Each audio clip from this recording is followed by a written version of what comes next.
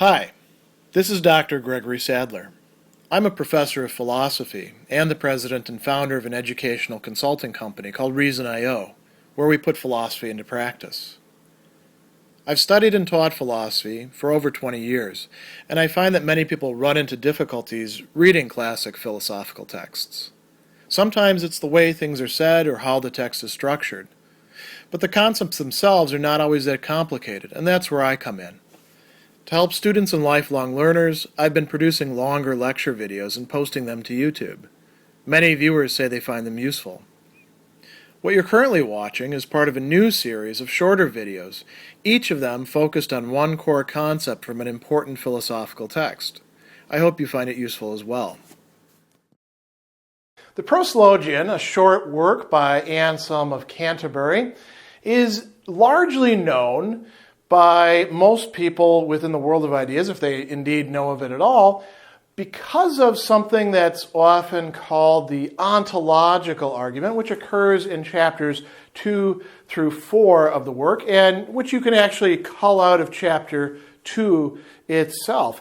And Anselm didn't intend the work to center solely on that. In fact, he talks of a single argument running through the entirety of the work, and the ontological, really so-called ontological, because it's not Anselm's terminology for that, but rather that of much later authors like Immanuel Kant, the argument there is only a piece of a much larger and much more complex single argument that runs through almost all of the work.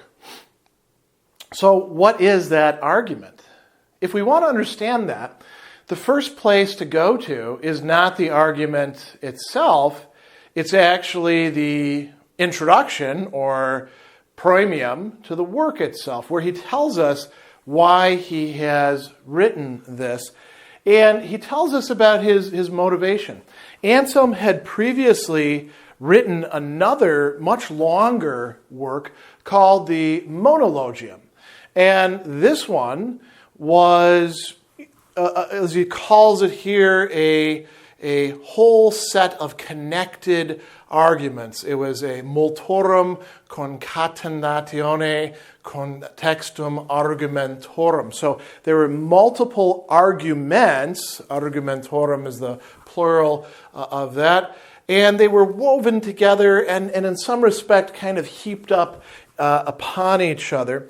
And they were dealing with different aspects of the divine substance and its relations with the human knower and lover and being, and with the rest of creation. And Anselm, he wasn't quite happy with the Monologion. He said, I wanted to see if I could find a single argument, unum argumentum, right? A single, you could say, demonstration or explanation, some sort of logical, some sort of rational account.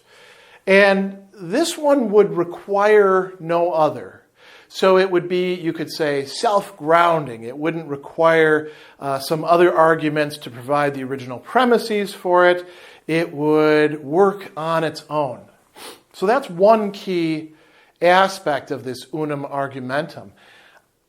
Then he said that he thought about it a lot and he struggled with the idea. And at first he didn't really make any progress. As a matter of fact, it's really great to hear it in his own words.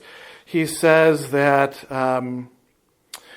I turned my thoughts to this with great diligence. Sometimes I thought I could already grasp what I was looking for, and sometimes it escaped my mind completely. Finally, I gave up hope. I decided to stop looking for something that was impossible to find. So it's difficult to find something that doesn't require any other grounding or argument. And it's also difficult to make one wrap one's head around these sort of complex matters to begin with. So he struggled with the argument, and then he rejected it. And then after he rejected it, like any sort of thought that you say, I'm never going to think about this, what happens to you? He says, I tried to stifle it or repress it altogether, lest by occupying my mind with useless speculation, it would keep me from things I could actually accomplish. Then it began to hound me, to pursue me more and more, to impose itself upon me. That's an interesting way to talk about a line of thinking, isn't it? It's not just an argument in the sense of some things set down on paper.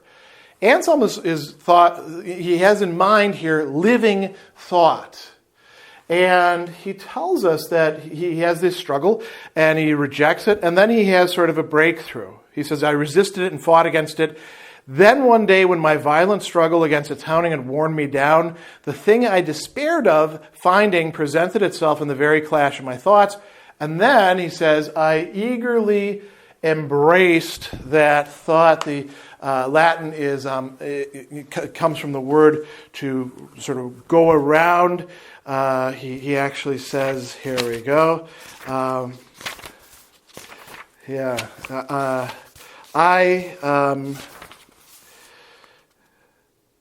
When I was worn out with resisting its importunacy, I eagerly grasped the notion,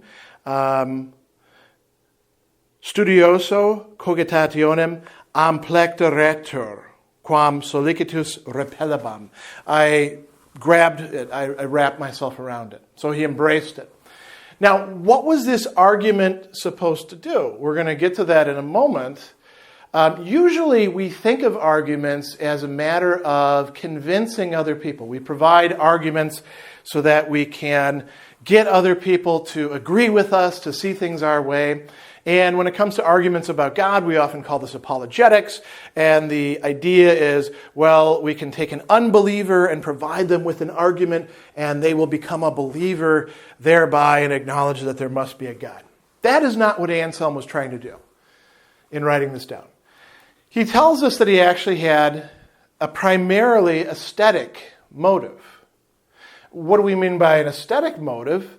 Well, he says that he was so filled with joy at finding this argument that he thought that he would share it with others and thereby give them enjoyment or pleasure. And so by setting it down, he's not simply trying to convince people that God exists. He's trying to give them a line of thought that will be, in fact, enjoyable for them to dig into. So what is this argument supposed to do? He actually tells us, and this is a very important point, that it's going to do three related kinds of things. So the first thing is to demonstrate or to prove, or to, how else should we put it, to lead a person through understanding progressively more and more ad instruendum in Latin, which is not to simply prove, but to demonstrate. So the argument is supposed to demonstrate that God exists, but he doesn't just say God exists, Deus esse. He says God truly or really exists, Deus vera est. Right?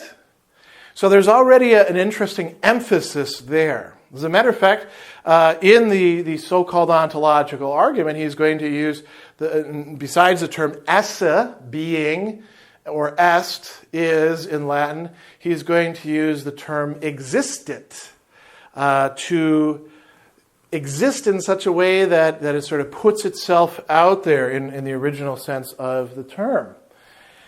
So that's one thing. But then there's another motive that's equally important for this single argument running throughout the Proslogion, that God is the supreme good, demonstrating that, needing no other, requiring no other, and going further, that all other things have need of in order for them to have being, that is esse, and in order for them to be well, bene esse. So you could say, well, first you have to prove that God exists, and then you can prove this other stuff, and existence is more important. For Anselm, existence does come first in the order, but the being of God is goodness. The being of God is to be this supreme good that all other goods require, and that gives all other things their being and their being well. These are not separate moves within the movement of thought, right? They're all part of the same thing. Then the other thing that he says that this argument is supposed to prove is really a set of other things. As we see, whatever we believe about the divine substance. So here he's talking about the things that religious believers, and here of course he has in mind Western Catholic Christians, whatever it is that they believe about the divine being or divine substance. Quaecumque de divina credimus substantia. And he says that we want this argument to suffice to do all of these things. Now, if you examine the work itself, the Proslogion, in its structure, what do you find? And here I've got sort of a summary of the different chapters. And this is very important. The very first chapter, you might not consider that to be part of the argument. He calls that an excitatio mentis, an arousing of the mind. And what is the point of that? To the contemplation ad contemplandum Deum. And you notice that in that, he is trying to, he's talking to his own mind, his own soul, saying, stir yourself up, little man, try to raise your thoughts. But he's also lamenting his damaged condition, something that will become a theme later on when he talks about how he kind of understands God, but also doesn't understand him. He doesn't see God even though he's seeking him. And why is that? It's not because there's something wrong with God, but because there's something wrong with him. And he prays in this. He asks God to form and reform him. Now, that's a weird way to start a treatise on the nature of God or the existence of God, is it not? To be talking to the very being whose existence you're demonstrating. 2 through 4 are the what so-called ontological argument. In chapter 2, he gives you the famous argument that begins from the idea of God, or not a definition, but a characterization of God as quo maius cogitari non possit, that is, that than which greater cannot be thought, or a greater cannot be thought. He changes the terminology a little bit every once in a while. He changes possit into valeat, or he changes the wording around from time to time. But that it holds fairly constant. What's most interesting about this is he doesn't just use that for chapters 2 through 4, where he's talking about the existence or being of God. He is actually using that throughout the rest, chapters 5 through 23, where he is also talking about the goodness of God and exploring that topic at considerable length. Goodness in terms of power, goodness in terms of justice and mercy, goodness in terms of whatever else God gives, life, reason. And he actually gets us to the point within the middle of these chapters where God is not just that than which a greater cannot be thought, but God is greater than what can be thought, that is, by human beings. So all these other matters are being considered there, even matters of eternity, or whether God is a Trinity. There's a lot packed into that set of chapters. And that is all part of this single argument. It's all beginning from the same basic starting point, characterizing, not defining, by the way. Anselm is very careful to say when he's being criticized that he is not providing a definition of God. He is simply saying God is that than which nothing greater can be thought, and showing what some of the consequences of that would be for the attentive human mind who wants to follow it out. The last 3 chapters are not part of the unum argumentum, the single argument. They are, you could say, added on. They are, to use the title of the very first one of them, conjectures or speculations conjectatio, and we could say conjectationes in the plural, right? And so they go beyond the scope of the argument itself, and they're primarily about what it's going to be like to enjoy that good in heaven. So they're quite interesting. You might also say that, in a certain sense, it's not part of the unum argumentum, but it's a rather commentary on it. The monk, Ganillo, the critic of Anselm, who primarily targets chapters 2 through 4 and says everything else, I'm good with that.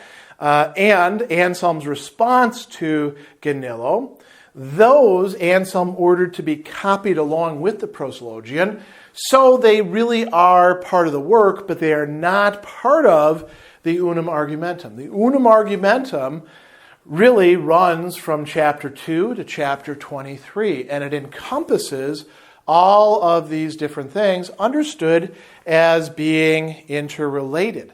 So the unum argumentum is not the ontological argument. The ontological argument, in fact, is not an argument in the sense that Anselm is using it here, because he's claiming he has a single argument, that what we call the ontological argument is just a portion of.